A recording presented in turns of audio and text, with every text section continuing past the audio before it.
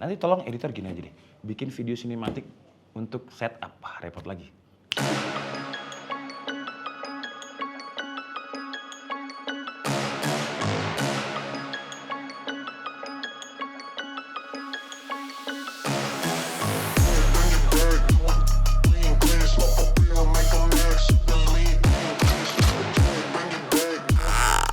Siapa nih yang suka nonton kartun anime One Piece? Wah, ini series yang nggak tamat-tamat. Bahkan Netflix juga mau mengeluarkan season 2-nya. Nah, saking terkenalnya anime ini, banyak brand yang collab sama dia. Tentunya tujuannya cuan ya. Jadi mereka pengen menggandeng fans-fans One Piece untuk beli produk mereka. Nah, salah satunya adalah brand lokal dari Indonesia, Fantech. Gila juga ya, Fantech brand lokal bisa collabs dengan Toei Animation yang bikin One Piece. Dan kalau kalian lihat penampilan saya sekarang udah kayak Roronoa Zoro. Wah, ini bakalan ada yang komen, wah itu bukan Zoro bang, lebih ke Curu. Curu itu kecoa ya. Jadi saya udah pakai bandana, tindikan di sini, dan saya juga udah pakai waist bag. Waist bagnya ini Roronoa Zoro. Jadi langsung aja kita unboxing beberapa produk dari Fantech yang collab sama One Piece.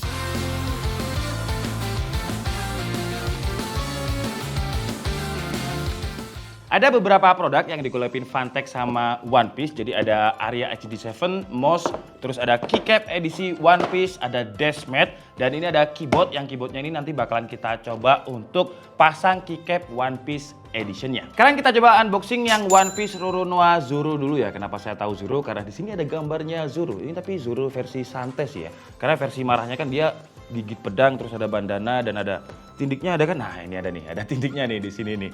Dan detailnya cakep sih, feel unboxingnya itu jadi ngerasa barang kolektor gitu.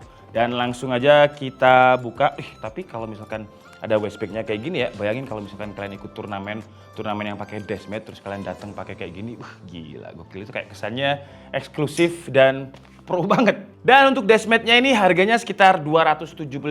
Nanti semua link pembeliannya akan saya taruh di kolom deskripsi. Dan ini ya versi Roronoa Zoro.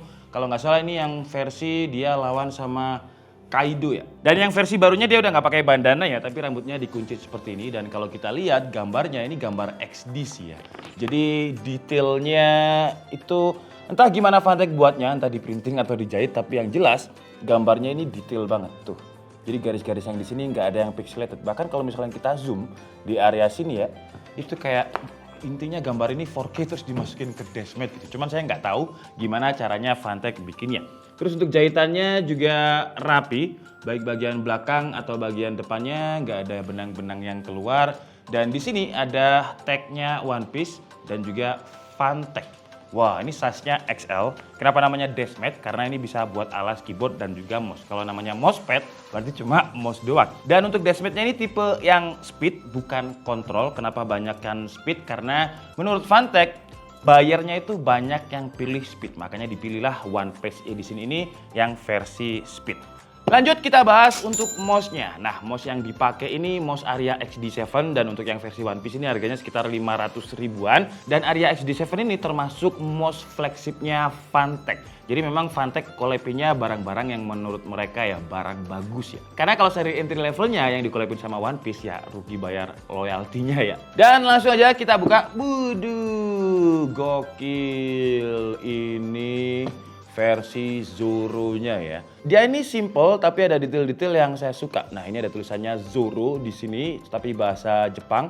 Terus ada Zoro-nya. Nah, ini versi yang juga ngelawan Kaido, ada tulisan Zoro kecil dan di sini ada logo One Piece-nya. Tengkoraknya versi tengkorak Zoro karena dia ada 3 pedang di sini. Terus ada aksen-aksen warna hijau. Wah, cakep sih ya. Dan karena ini Aria XD7 jadi dia punya triple connection, bisa Bluetooth, dongle dan juga wired. Karena dia dongle jadi di dalamnya nah ada dongle-nya seperti ini. Jadi biar gak gampang hilang. Ini sebenarnya udah enteng, tapi kalau misalkan kalian ngerasa kurang enteng, seharusnya Aria XD7 itu ada cangkangnya lagi ya, ada case-nya lagi yang bolong-bolong. Coba saya lihat. Jadi isinya ada buku panduan dan kita coba lihat lagi di dalamnya ada apa. Sets. Nah, ini seharusnya ini kabel. Jadi kita dapat kabel yang sayangnya kabelnya ini masih kabel standarnya Fantech ya. Jadi nggak ada detail-detail Zoro ataupun One Piece di sini. Tapi ya HD7 karena dia flagship, jadi kabelnya braided seperti ini. Mirip kabelnya Razer, cuman kalau Razer kan harganya bisa 1 juta ke atas. Nah ini nih ada cangkangnya seperti ini, jadi kalau misalkan kalian ngerasa mouse-nya ini masih terlalu berat, tinggal diganti aja seperti ini. Dan gantinya gampang, tinggal buka di sini. Karena di sini ada lid atau mulutnya untuk diangkat. Cuman kalau kayak gini sih aneh ya. Kayak ya mungkin saya ada tripofobianya. Kalau dipasang ini, lebih cakep. Selain itu kita juga dapat kartu garansi, terus ada rubbernya untuk dipasang di sebelah sini kalau misalkan ngerasa ini terlalu licin, terutama buat user kayak saya yang tangannya cepet basah. Terus juga ada tambahan PTFE-nya yang buat bagian bawah ini, karena kalau lama-kelamaan dia kan kayak tipis gitu ya. Nah kalau misalkan udah tipis, kurang licin, tinggal diganti aja sama backup yang baru. Wih, jadi kira-kira seperti ini nih mouse-nya nih kalau misalkan ditaruh dashmat-nya, dan super licin.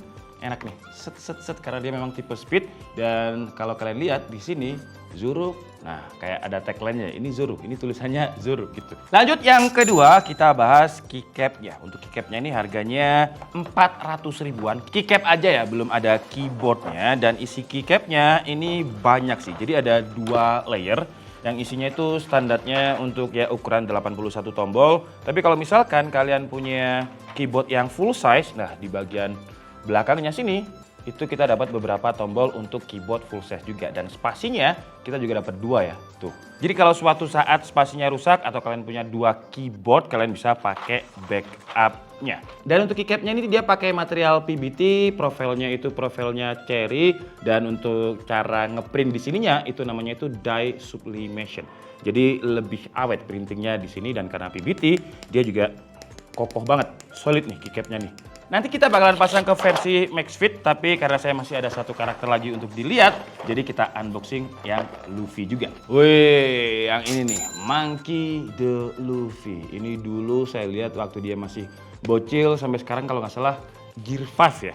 Dan langsung aja kita coba lihat ini Luffy versi yang gear berapa yang ada di Fantech. Wah, ternyata dia masih di versi Gear 4 ya. Ini Snakeman. Kalau saya sih paling suka Gear 5 ya, karena kayak lebih brutal aja gitu. Kalau ini kayak masih aneh aja gitu menurut saya Snakeman-nya. Jadi kayak tokohnya antagonis gitu, kayak bukan Luffy kalau kayak gini ya. Ini tapi preferensi sih ya. Dan untuk dashpad-nya sama tipe speed, dan gambarnya juga gambar HD sama kayak Zuru tadi, cuman ya dominannya warna merah sih ya. Jadi setup seperti ini kalau misalkan kalian punya setup yang warnanya itu RGB, karena saya suka yang simple ya, jadi jatuhnya bakalan rame. Jadi setupnya pun kalau pakai dashmat kayak gini harus bener-bener yang simple. Mejanya itu harus putih, hitam atau kayu yang netral gitulah, biar kalau ditabrakin sama ini masih terlihat nggak terlalu rame. Dan sekarang kita coba kalau si dashmatnya ini pakai mouse-nya HD7 versi Luffy. Wih, lebih cakep Luffy ya. Kayaknya ini lebih gede deh. Mana tadi Zuru? Oh ini.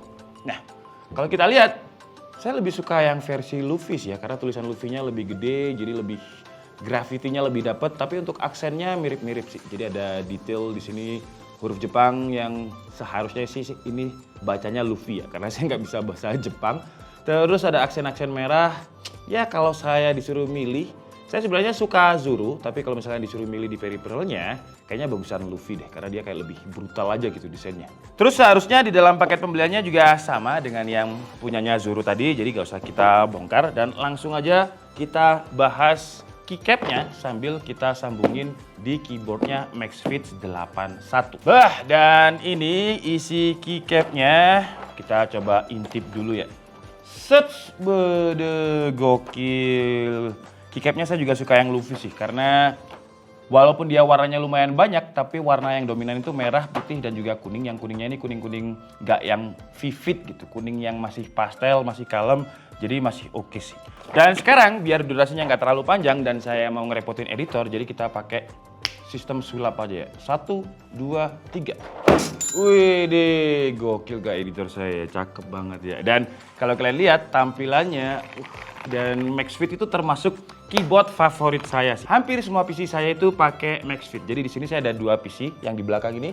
Nah, contohnya ya, ini saya pakai MaxFit juga. Kalau kalian lihat, ini udah 1 tahun lalu kayaknya, makanya di bagian cepit-cepitannya ini tuh ada debu-debu yang gokil banget, kotor lah intinya. Tapi kalau kalian lihat, karena keyboard ini pakai double injection keycap, jadi nggak ada yang pudar-pudar tuh. Karena double injection keycap ini dia diinjek, jadinya itu kayak bukan printing. Jadi tintanya ini juga jadi plastik yang jadinya lebih awet, gak gampang pudar. Ada satu lagi yang paling parah. Nah ini nih, ini Maxfit 67. Kalau kalian lihat ini bukan debu ya, jadi ini udah nggak bisa dibersihin nih.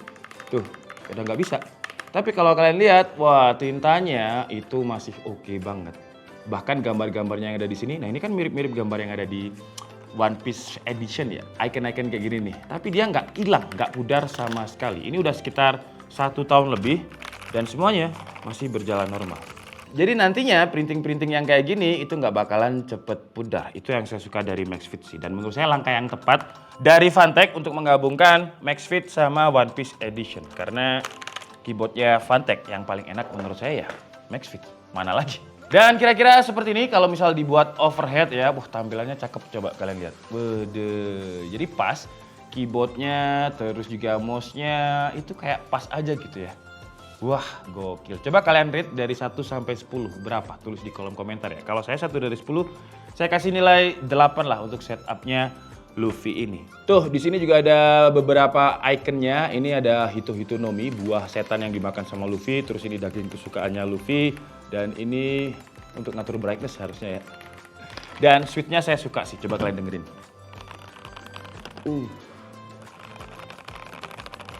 Gila.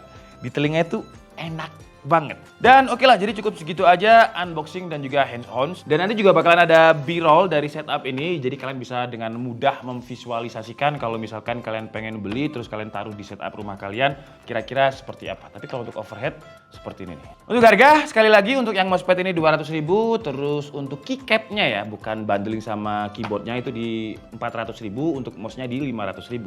Selain karakter yang kita bahas ini, dia juga ada karakter lain seperti Sanji, Kaido, dan Robin. Kalau kalian mau paket lengkap, ada harga bundling juga. Keyboard Maxfit plus keycap di 1.099.000 dan bundling keycap, dashmat sama mouse di 1.245.000. Nanti link pembeliannya saya taruh di kolom deskripsi. Nah, kalau pertanyaannya ini buat siapa? Ya jelas ini buat fansnya One Piece ya. Marketnya memang niche banget. Tapi ya buat orang yang nggak suka One Piece, yang suka warna merah, keyboardnya ini juga cakep kok. Karena setupnya ini nggak terlalu terlihat yang norak gitu, malah lebih cakep menurut saya. Kayak kesannya itu enak dilihat. Tapi kalau kalian keberatan dengan harga 500.000 ya kalian bisa beli yang versi XD7 yang non collapse. Itu lebih terjangkau, keyboardnya juga lebih terjangkau, dashmatnya mirip-mirip sih kalau harga dashmatnya. Ya jadi cukup segitu aja. Saya Nick STBD and see you on the next video. Bye bye.